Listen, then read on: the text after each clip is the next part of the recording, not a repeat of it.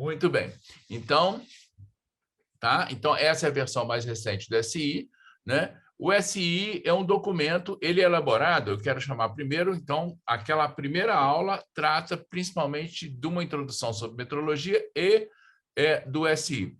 O SI, isso que eu queria chamar a sua atenção, né? O SI ele é traduzido, ele é elaborado pelo BIPM, né? BIPM é o Escritório Internacional de Pesos e Medidas, ou Bureau Internacional de Pesos e Medidas, né?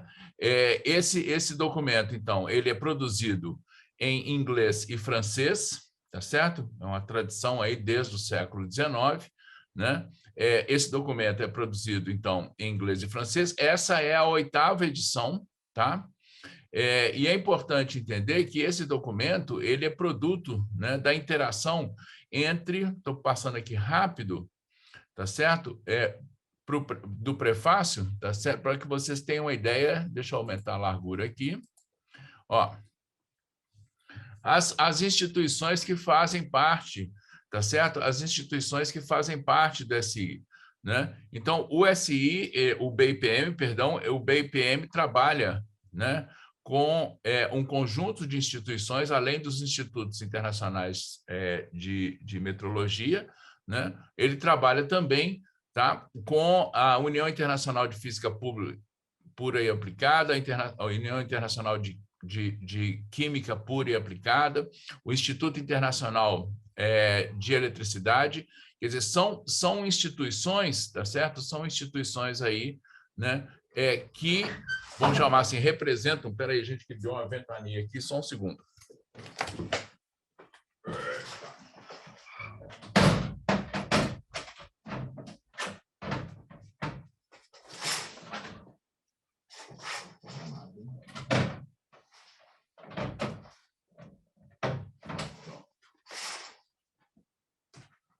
Desculpem, é que hoje está uma ventania, esses momentos da vida online que ficam gravados para sempre, né? Então, esse é o documento, tá certo? Então, a primeira aula trata desse documento, nós vamos conversar um pouco, então, sobre essa primeira aula e sobre esse documento. Esse documento, só para ficar claro, se vocês percorreram aquela primeira aula, né, vocês viram que esse documento ele está lá disponível, pode fazer o download, né? E é muito importante que as pessoas tenham acesso a esse documento. Eu acho que assim todo mundo que leciona física, né, deve ter contato com esse documento aqui, tá? Muito bem. Então voltando aqui, né? Nós estamos voltando aqui. Nós temos então, a primeira aula é voltada para o SI, a segunda aula é voltada para o vocabulário internacional de metrologia. Aqui é onde nós vamos discutir os termos, né? O que são os termos mais utilizados, ou mais comuns, ou mais frequentes, ou mais importantes da metrologia, tá certo? Nós vamos falar aqui principalmente sobre uma definição fundamental que tem, que é a questão de mensurando, tá certo? Essa é uma definição muito importante, é o que você está medindo. Nós vamos falar sobre valor verdadeiro, exatidão, precisão, erro e incerteza.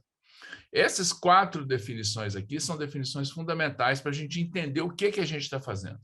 Finalmente, a última parte, né, é voltada para a estrutura, né, para a estrutura metrológica. Tá? Se vocês tiverem, vamos combinar assim, se vocês tiverem alguma questão para colocar, tá? Vocês podem, já coloca de cara aqui, chama atenção, ou se quiser uma dúvida, alguma coisa assim, tá? Muito bem. Então, se vocês entraram aqui, né? Então, tem todas essas especificações, vamos direto aqui nessa aula 1, tá certo? Bom, nessa aula 1, o que foi percorrido? Foi falado um pouco, né? Foi falado um pouco sobre essa questão do histórico que a gente chegou a discutir, a importância da metrologia no cotidiano, o que isso representa, né? E eu queria chamar a sua atenção... Não, porque eu já vi os vídeos tudo, tá? Eu queria chamar, então, sua atenção para essas definições importantes. Aqui tem todo esse histórico aqui, né? E eu queria saber o seguinte, quando a gente vai tratando disso aqui, nós, então, temos... Tá? Eu estou percorrendo rapidamente, eu vou pegar agora essa parte que está aqui. Né? Então, a metrologia ela pode ser discutida ou dividida em 3 grandes grupos. Né?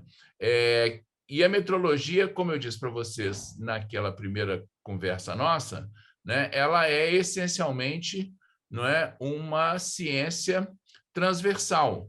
Ela é aplicada a todas as áreas do conhecimento. Né?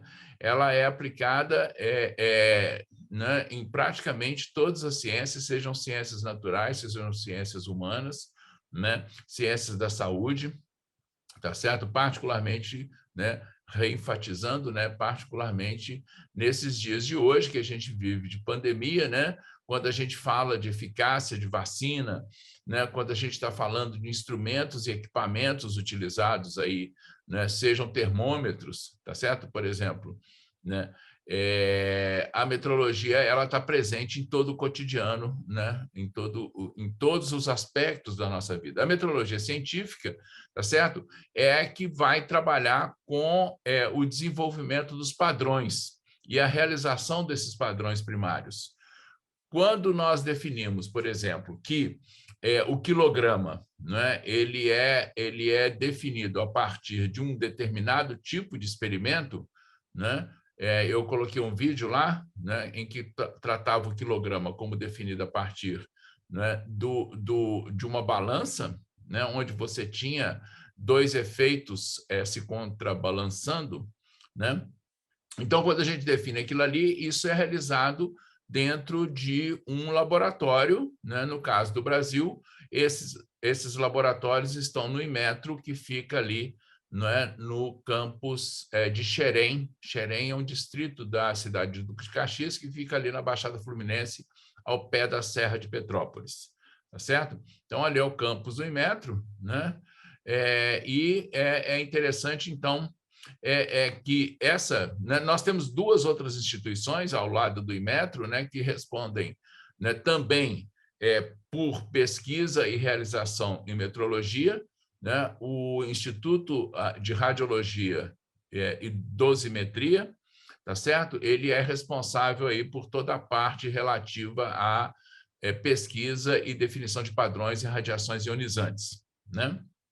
E nós temos o Observatório Nacional, que não é a instituição, Observatório Nacional também no Rio de Janeiro, que é a instituição que cuida de tempo e frequência.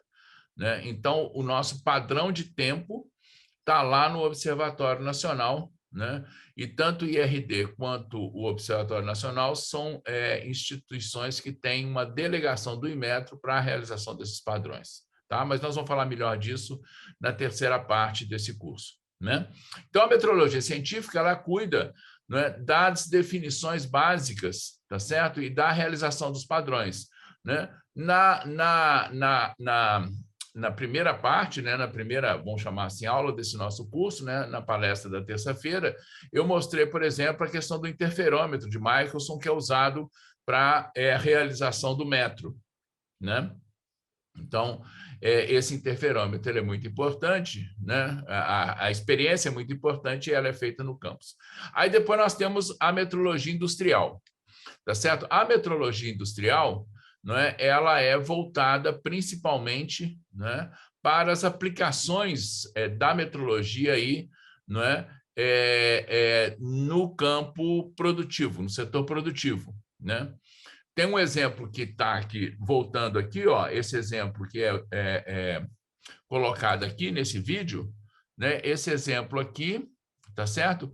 Ele discute, né? Ele discute essa ideia, quer dizer, você tem... Deixa eu diminuir o volume aqui. Tá certo? Ele discute essa ideia. Você tem hoje, né, o setor produtivo, ele trabalha, né, ele trabalha com um processo de descentralização. Né? Então, você tem, nesse caso desse vídeo aqui, o que eu tenho? Eu tenho um produto que é fabricado no Brasil, tá certo?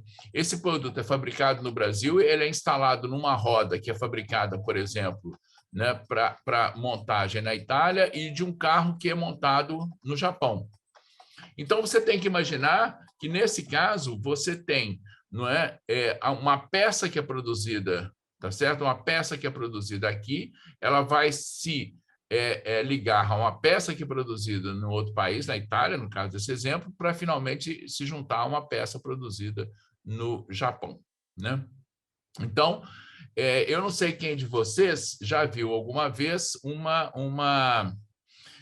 um processo de balanceamento de uma roda de carro, né? O que é o balanceamento de uma roda de carro? Vamos ver assim se alguém, né?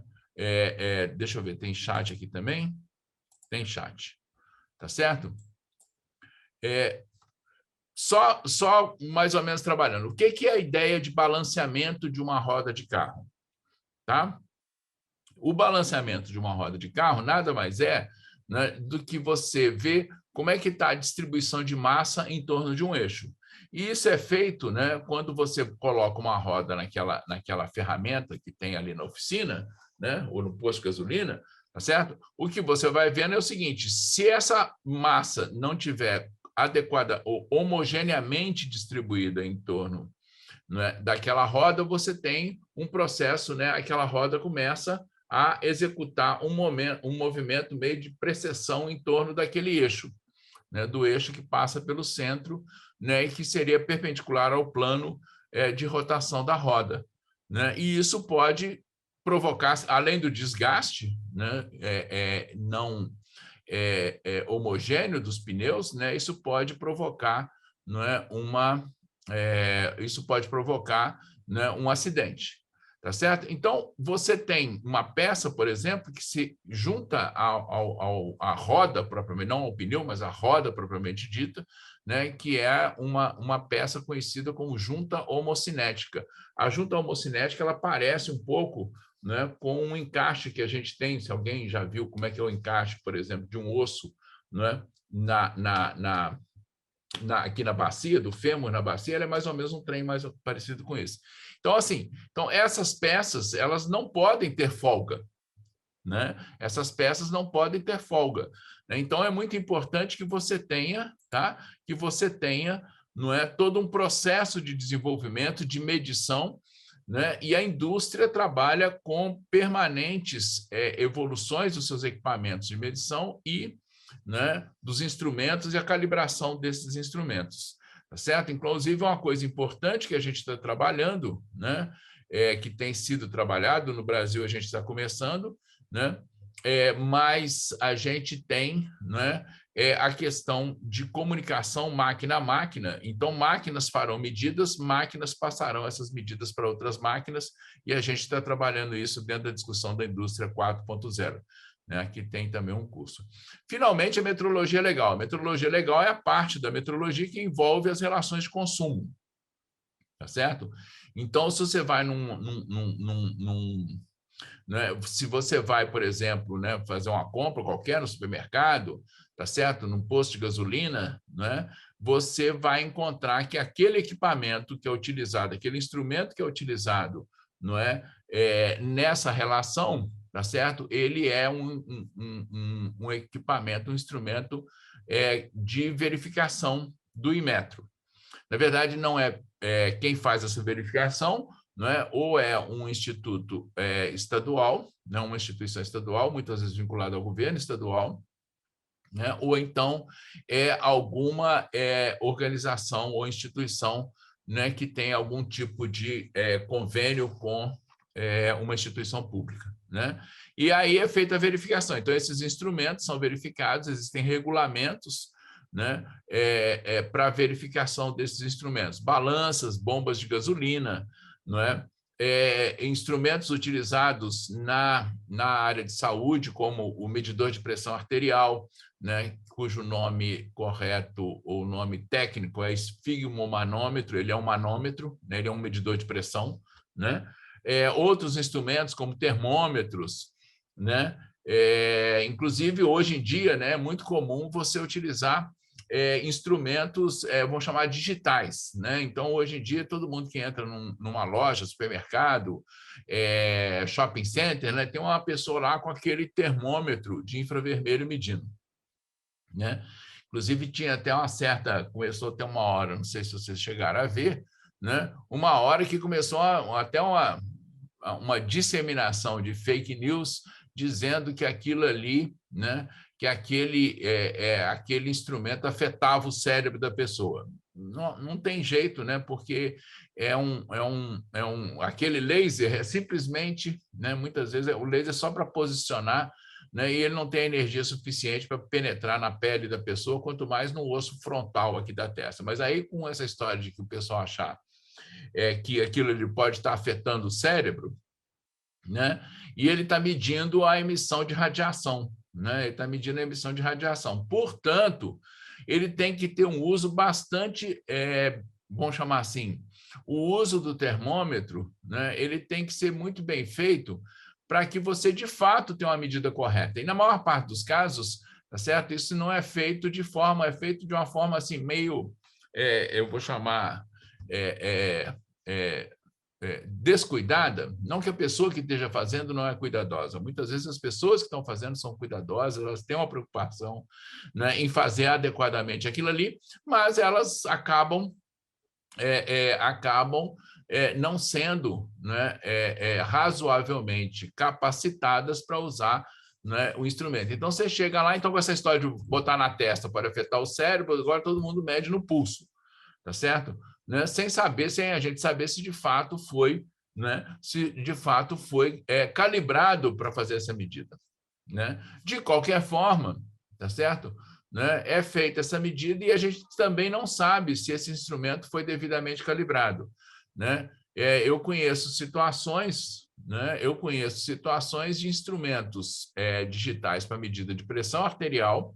Então, até vou usar essa aqui, e o fato disso aqui ficar gravado para chamar a atenção, instrumentos para medida de pressão arterial, né? Que não foram calibrados, devidamente calibrados. Nós vamos falar na semana que vem, né, o que é a discussão, vamos fazer uma discussão sobre calibração, mas instrumentos que não foram calibrados, e aí quando você faz uma medida, aparece um resultado completamente fora do que seria o razoável. Né? Eu conheço uma situação em que uma pessoa foi fazer uma medição de pressão arterial e o resultado deu lá 17, né? 17/9, né? O que é um resultado, o que significa que a pessoa, naquele momento, está com a pressão muito alta. Né? Em alguns casos, inclusive, uma pressão nessa faixa de 17, ela já pode ser quase que fatal. Né? Então, mas a pressão não estava com pressão alta. Quem estava errado era o instrumento. Então, assim, é muito importante que a gente tenha cuidado com medições, principalmente na área de saúde, porque você pode ter situações, né, em que, tá certo? Situações em que nós teremos, né, medidas erradas e, consequentemente, tá? Se uma medição for feita, der um resultado incorreto, né? Isso pode levar a ações também inadequadas, né? E pode causar risco à saúde. Tá? Né? Voltando ao termômetro, né? Eu falei com você sobre essa questão da calibração do termômetro. Né? Eu tenho um amigo, né, que foi uma pessoa ligada à Sociedade de Metrologia, né? Ele foi num shopping center e, quando chegou no shopping center, a pessoa que estava fazendo a medida apontou o termômetro, olhou e falou assim: tá tudo bem, e mostrou para ele o termômetro. Quando mostra, o termômetro estava registrando 30 graus Celsius. Ele falou assim: tá tudo bem, não, eu já morri. Aí a pessoa: como assim? Não, tá bem, não pode dizer. O problema é se estiver acima de 38. Aí o senhor está com febre, aí o senhor pode estar com Covid. Eu falei: não, eu não posso ter uma temperatura de 30 graus, porque eu já estaria no estado, né? Praticamente eu estaria morto e já perdendo aí, né, toda a minha energia restante. Então, assim, a metrologia legal, ela vai cuidar de toda essa parte, né? E aí, tá? Vocês terão, né? Terão aí no dia a dia vamos ver. Né? Aí a gente entra, tá certo? Passado esse painel, uma rápida evolução da história da metrologia, né? E nós, no começo deste ano, em janeiro, né, a SBM ela fez uma parceria, né, com o grupo de trabalho né, que gerencia a Wikipédia, né, aqui no Brasil, e nós começamos a olhar as páginas da Wikipédia relacionadas ou relativas à metrologia. Eu acho importante dizer isso, né, porque a Wikipédia é uma fonte de informação para, eu diria, todo mundo, né? Eu e vocês, imagino, né, outras pessoas, né, consultam a Wikipédia com frequência e, portanto, é importante a gente ter um olhar cuidadoso sobre o que está lá, porque a Wikipédia, como uma plataforma aberta, né, cuja interferência é aberta a qualquer pessoa que se cadastrar para isso, né, ela pode ter problemas, né? Então, é importante a gente ter, né, olhar com cuidado, e a gente começou a fazer esse trabalho, né, e aí já fica mais adiante, a gente pretende, no começo do ano que vem, fazer uma nova oficina, e já fica o convite, tá certo? Fica o convite para as pessoas que se interessarem, tá certo? Procurem depois, né, a página da SBM, mas a gente vai divulgar esse edital. E aí nós chegamos, então, agora no Sistema Internacional de Unidades. Eu falei da Wikipédia porque informações mais profundas ou mais abrangentes sobre a história da metrologia podem ser encontradas lá, né? O local para você encontrar mais informações sobre metrologia é o BIPM. Deixa eu ver aqui, né? Se você bater BIPM aqui, ó, você vai direto para a página do BIPM. Deixa eu ver se eu estou olhando aqui. Vocês estão vendo a página do BIPM, ok? Né? Ó, aqui tem o horário, né? São 12 horas, 34 minutos e 12 segundos, tá certo? Tem olha que coisa interessante, eu tenho um atraso na transmissão de 1/10 de segundo, tá certo? Então, ele está medindo aonde eu estou e ele me diz, olha, você tem um atraso na transmissão aqui, né? E aqui você pode olhar, tá certo? Você pode olhar, por exemplo, está tendo, né? Tá tendo vaga no departamento de tempo, né? Para físicos lá no BIPM, tá? Então, você tem toda a parte aqui, né?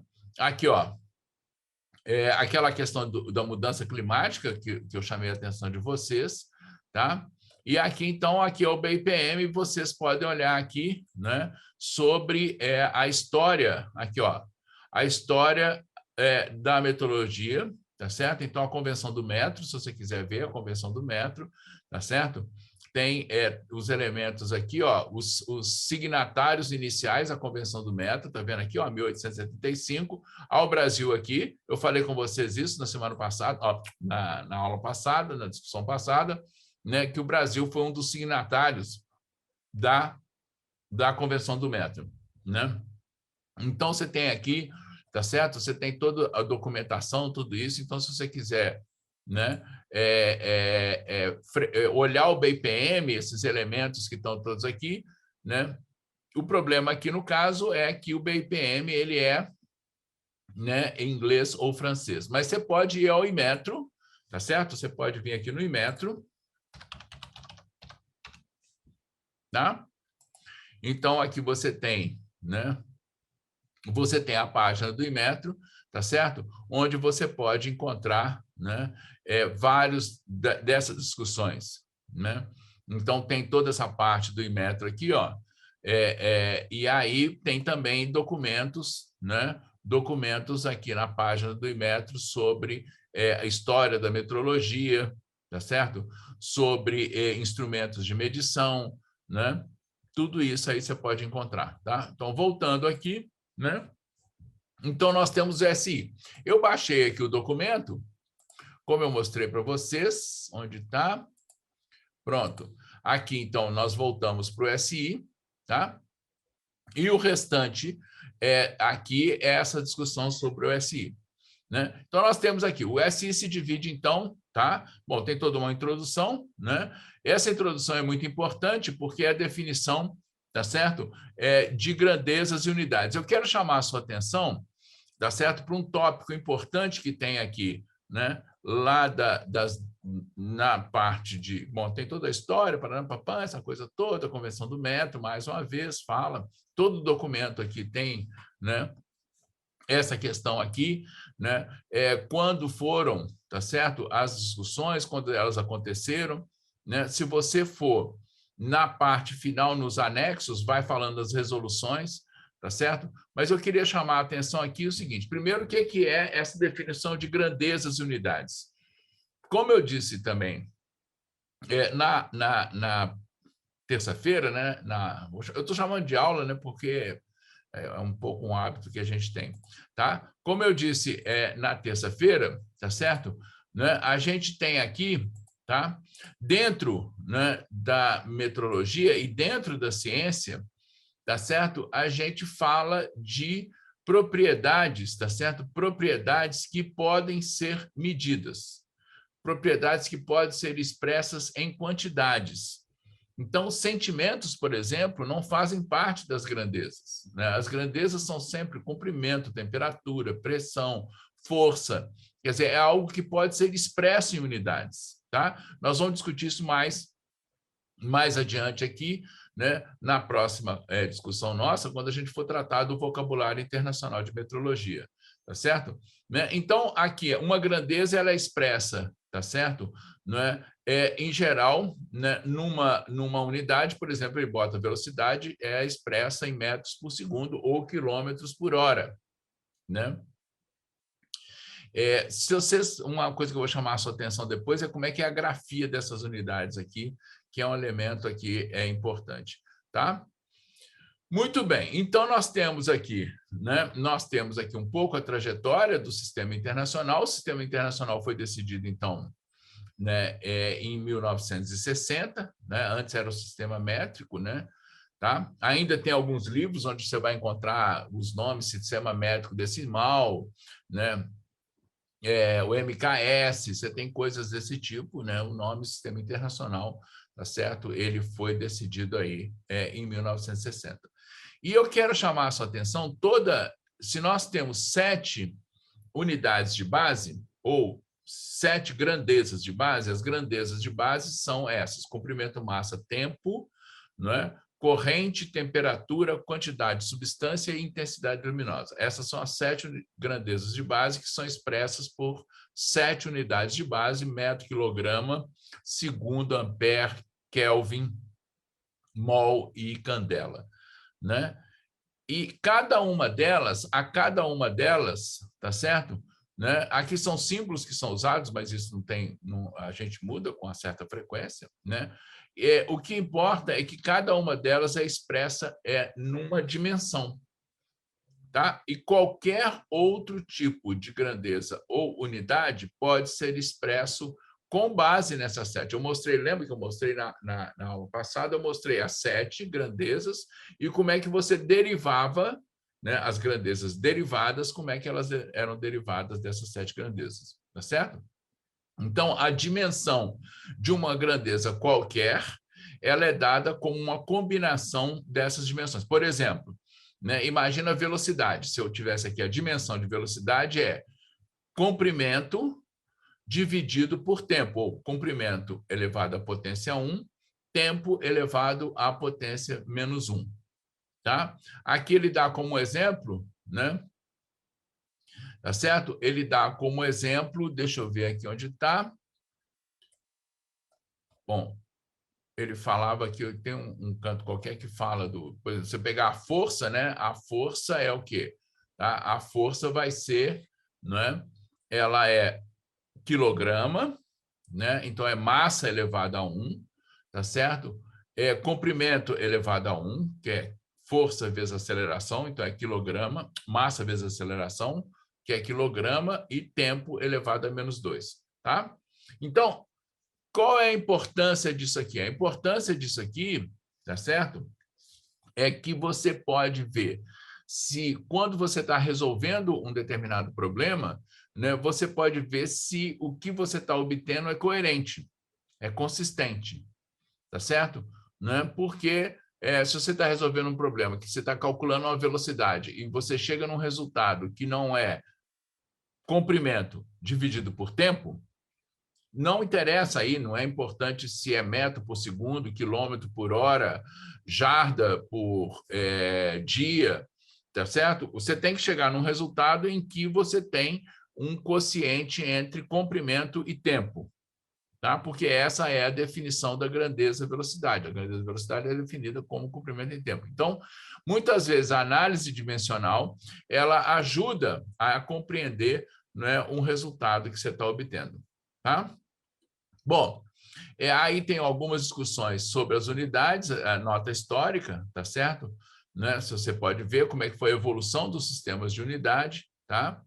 E aí tem as unidades, a definição propriamente dita das unidades, a definição. Aqui está o ohm, ó. O ohm é definido como massa, distância ao quadrado, tempo a -3, ampere a -2. Então, você tem uma definição do ohm, tá? Feito em função de 4, né, unidades de base, tá? Ou da resistência, feito em função de 4 grandezas de base, tá? A resistência elétrica. Tá? E como eu disse para vocês, né, eu quero depois que a gente faça, tá certo? Eu queria provocar vocês depois para vocês me explicarem melhor o que é o efeito Hall quântico, tá certo? Né? E o que é a medida de uma junção Josephson, tá? Que são 2 efeitos aí fundamentais para a medida do quilograma. Tá? Então, eu queria que depois vocês dessem uma pesquisada para a gente conversar um pouco sobre isso. O que é o efeito Hall quântico, né? E o que é, como é que eles entram, né? Naquele vídeo do professor Vanderlei, tem um pouco, ele discute um pouco isso, como é que eles entram na definição do quilograma. Tá? Porque na definição do quilograma eu vou precisar definir, né, uma tensão e uma corrente. Tá? Tá certo? E eu vou precisar, por isso é que entra a constante de Planck, né? Ela entra tanto num quanto no outro. Muito bem, aí vem as definições aqui, como é que foram as definições, né, das unidades, nós já falamos disso, depois quem quiser ver, como é que foi a evolução de cada uma dessas definições aqui. Essa versão do SI, fala, mas o quilograma, ué, mas você não falou na semana passada, na aula passada, que o quilograma era massa, era definido, né, em função da constante de Planck, está escrito isso aqui. Essa versão do SI é a 8ª edição do SI. Né? A 9ª edição do SI ainda não foi traduzida, tá? Então, não tem em português ainda, então eu chamo a atenção de vocês, né? Porque a 9ª edição que virá com a nova definição, mas, no entanto, aqui ao final, se eu venho aqui, ó, tá? Se eu vier ao final aqui, eu já tenho uma resolução, né? A recomendação de redefinição do quilograma. Tá? Essa foi a última. Deixa eu ver onde está a recomendação aqui, que fala sobre a redefinição do quilograma. São várias definições aqui. Deixa eu ver onde que está do quilograma. Do quilograma está aqui. Já aponta nessa versão aqui, já começa a apontar a realização, a nova definição do quilograma. Tá? Tá certo? Então, tem esse aviso, né? É importante ter esse aviso aqui, tá? Onde que eu estou? Na página 55. Não, eu vou voltar lá para trás. Deixa eu mudar isso aqui de lugar. Pronto. Tá? Então, vocês dão uma pulada para lá. Agora, eu queria chamar a atenção, então, nós temos aqui, né? Nós já viemos aqui, quando nós estamos trabalhando aqui, tá? As unidades derivadas aqui, tem os valores aqui das unidades derivadas, tá certo? E os símbolos dela. E eu quero chamar a atenção, existe toda uma, vamos chamar assim, uma prescrição de como é que a gente deve definir os símbolos das unidades, né? É muito comum, né? Você vai ver, né? Inclusive no curso nosso aqui, ó, nós pegamos aqui no curso, tá certo? Nós viemos aqui. Deixa eu ver aqui onde eu estou. Esse tal curso aqui, tá? Nesse nosso curso aqui, inclusive nos exercícios de fixação, se eu venho para os exercícios aqui, né? Eu vou olhar aqui, ó. Tcharam, onde estão aqui? Se eu começo aqui, tem esse exercício aqui, por exemplo, né? Se vocês estão vendo, é muito comum a gente ver a grafia, né? O símbolo, só para ficar uma coisa que é importante ficar clara, o símbolo de uma unidade não é uma abreviatura. tá certo? O símbolo é uma representação, não é, abreviada, não abreviatura, tá certo? Daquela unidade, tá? Então, o símbolo, né, para a unidade de comprimento, metro, é a letra M minúscula. Os símbolos são em letras minúsculas, a não ser quando o símbolo ele é derivado, né, do nome de uma pessoa, Newton.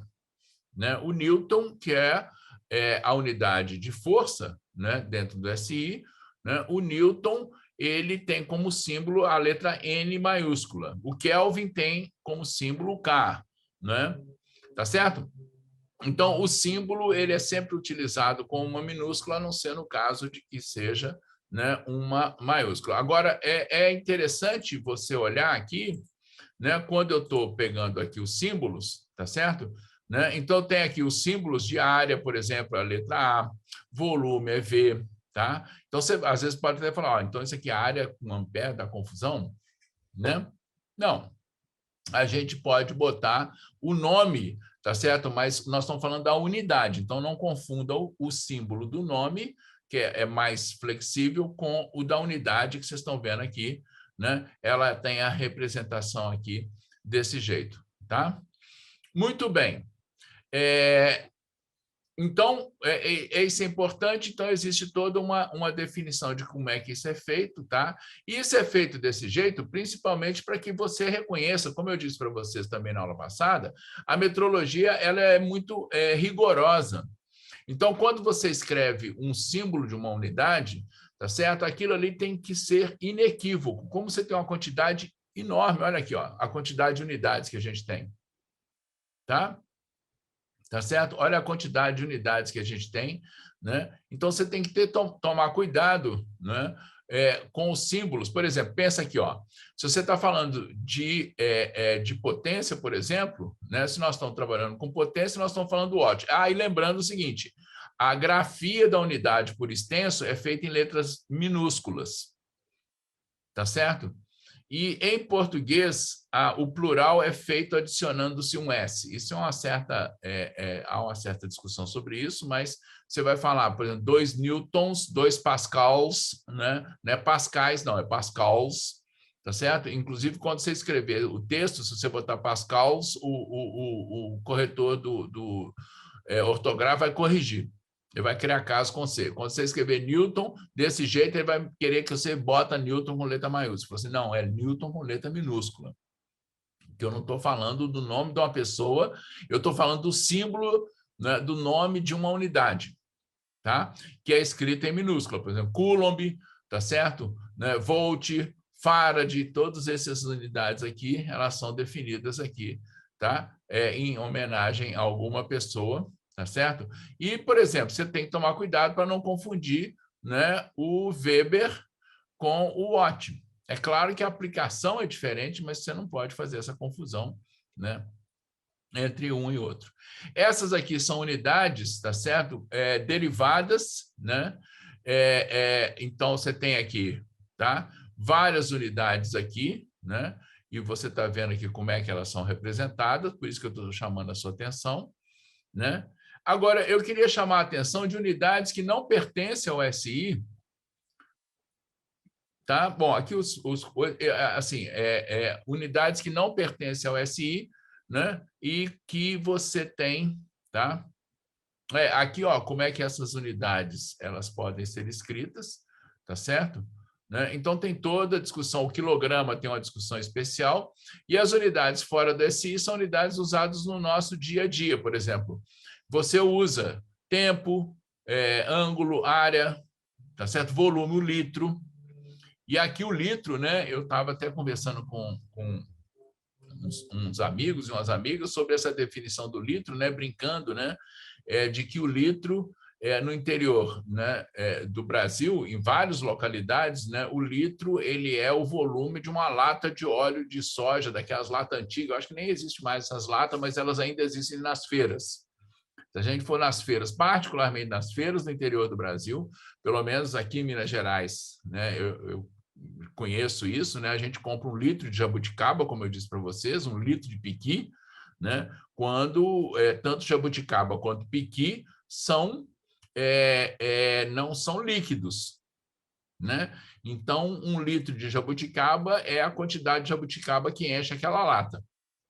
É claro que isso aí, né, tem todo uma parte, né, desse volume, obviamente, não está preenchido por nada, ar, né? Porque as jabuticabas são praticamente esferas, tá certo? Então, a gente tem essas unidades aqui, tá? Elas são utilizadas no cotidiano, né? Eu quero chamar a atenção sobre uma unidade que ainda é utilizada. Então, aqui, ó, essas unidades aqui são outras unidades que também são utilizadas, tá? Dentro, né? Dentro do SI, tá? E tem unidades que ainda são usadas no cotidiano, né? Unidades fora do SI aqui, mas tem unidades aqui, por exemplo, né? Como, não sei se vocês conhecem, o quilograma-força. Ainda tem muito medida que é feito nas áreas de tecnologia, medida de força, né, que são expressas em quilograma-força. Tá? E essa unidade não existe dentro da SI. Ela já foi abandonada, né? Então ela não é mais uma unidade utilizada dentro da SI. Tá certo? Aí vem toda essa discussão sobre as unidades, né? E tem os símbolos das unidades aqui, ó. Deixa eu chamar aqui, ó, vocês estão vendo aqui, ó. Então tem todas essas unidades aqui, ó. Por exemplo, não se bota ponto, tá vendo aqui, ó? Não se bota ponto, não sei se está percebendo aqui, ó. Escreve 75 centímetros de comprimento e não 75 centímetros, né?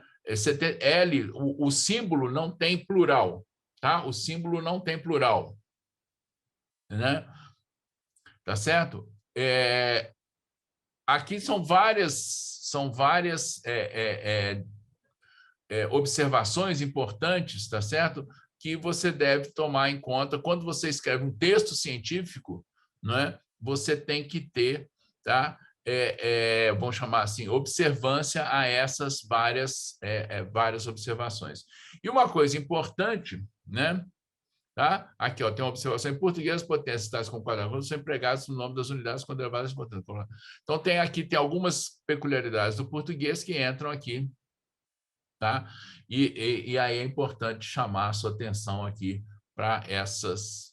Então, tá? Então, aí é uma discussão que vale a pena ver quando você faz, né? Quando você faz um texto técnico, né?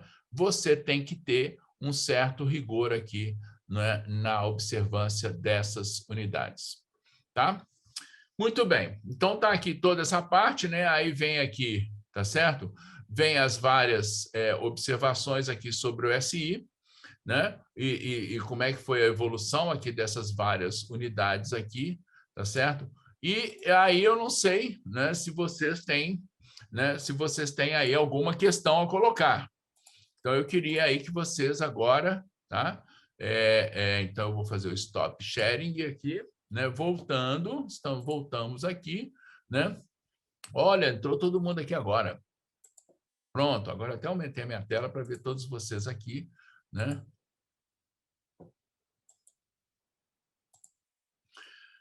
E aí, então, temos perguntas? Eu queria chamar a atenção, então, se vocês me permitirem, né, nesse momento, tá certo? Porque tem só uma pequena observação curiosa, né? Quando a gente falou dos prefixos e dos sufixos, né? Um prefixo que é muito utilizado, principalmente hoje em dia, né?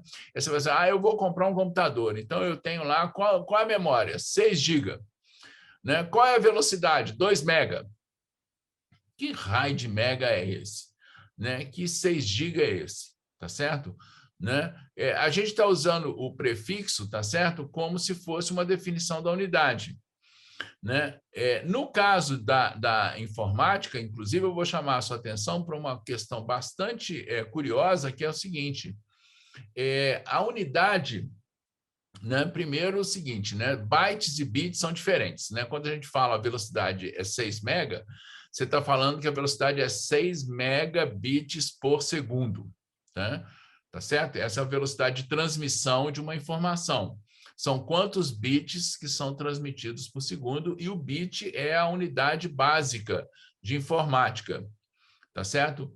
Tá? O bit não é a unidade básica de informática, que é a representação, né, do estado, né, de uma posição dentro, né, da memória do computador. Tá? E esse estado só pode estar em dois, ele só pode estar em duas, ele só tem dois possíveis, perdão. Essa posição só pode ter dois possíveis estados, que é 0 e 1. Por isso que é binary unity, tá? É o bit. O byte é uma junção de 8 bits. Então, quando eu digo que a memória do computador é 2 gigabytes, tá certo? Isso significa que é 2 giga vezes 8 bits. Mas o giga aí não é 10 a nona, tá certo? Da mesma forma como um mega não é 10 a sexta. Então, no sistema, né, na informática, o sistema é baseado o sistema é de base 2.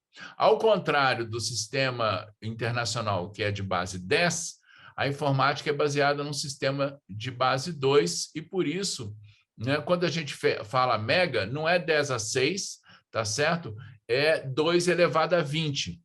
Que dá mais ou menos, tá certo? 10 elevado a 6. Mas o quilo, por exemplo, kilobyte, quando a gente fala, nós estamos falando de 1024 bytes ao invés de 1000. Então, existe uma representação própria na informática, tá certo? Em relação a essas unidades. Então, o mega, se você for olhar um equipamento mais novo, ele não fala que ele tem, por exemplo, 6 GB. Ele vai falar que ele tem um giga, é um G com um izinho, né, mostrando que aquilo ali é 2 elevado a 30, não é 10 elevado a nona. Tá? Então, eu encerrando essa parte de hoje, eu não sei se alguém tem alguma questão para colocar, quer falar alguma coisa, fazer algum comentário. Rodrigo, Emily, Keila, Arthur, Lucas, Eduarda, Juliano. O Juliano não pode não, porque ele é lá do Instituto. Ele não pode fazer pergunta, não. Ele vai fazer perguntas capciosas. Alguma questão, gente? Não? Esse silêncio, assim, parece aquele silêncio das aulas que a gente está tendo, né? Não? Então, tá bom. Nós ficamos por aqui hoje, tá certo? Né? Na próxima conversa, nós vamos tratar, não é, da parte do vocabulário internacional de metrologia, e nós vamos discutir o que são as incertezas, tá? Tá bom? Então, gente, muito obrigado, tá? E continuaremos na próxima semana. Um abraço para vocês, fiquem bem, um bom final de semana. Cuidem-se.